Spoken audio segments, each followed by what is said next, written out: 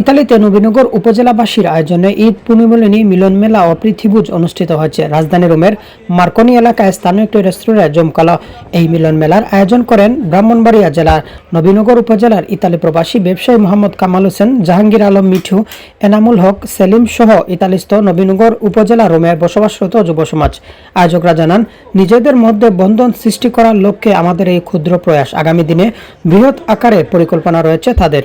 প্রবাসের মাটিতে শত কর্মব্যস্ততার মাঝেও এই ধরনের অনুষ্ঠানের মধ্য দিয়ে প্রবাসী বাংলাদেশিরা নিজেরা সবার মাঝে নিজেদের তুলে ধরার চেষ্টা করেন। মিলন মেলায় মোহাম্মদ সালের সঞ্চালনায় ব্রাহ্মণবাড়িয়া জেলা সমিতির প্রধান উপদেষ্টা শাহ মোহাম্মদ তাইফুর রহমান চুটন, ব্রাহ্মণবাড়িয়া জেলার প্রবীণ মুরব্বী নুরুল ইসলাম, উপদেষ্টা শহীদুল্লাহ আক্তার, সগির আহমেদ হুমায়ুন, নজরুল ইসলাম বাবু, ব্রাহ্মণবাড়িয়া জেলা সম্মেলন প্রস্তুত কমিটির আহ্বায়ক মাহবুব আলম প্রধান সহ ব্রাহ্মণবাড়িয়া জেলার বিভিন্ন উপজেলার সামাজিক সাংস্কৃতিক সংগঠনের নেতৃবৃন্দরা উপস্থিত হয়ে শুভেচ্ছা বার্তা দেন।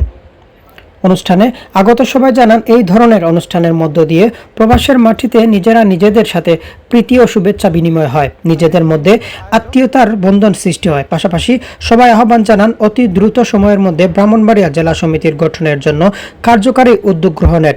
দীর্ঘদিন যাবৎ জেলা কমিটি না হবার কারণে নানা কর্মসূচি থেকে বঞ্চিত হচ্ছেন বলে জানান উপস্থিত বিভিন্ন সংগঠনের নেতৃবৃন্দ। অনেকেই দীর্ঘদিন কমিটি না হবার কারণে ক্ষোভও প্রকাশ করেন। ইতালি থেকে মিনহাজ হোসেন, দ্বীপ টিভি।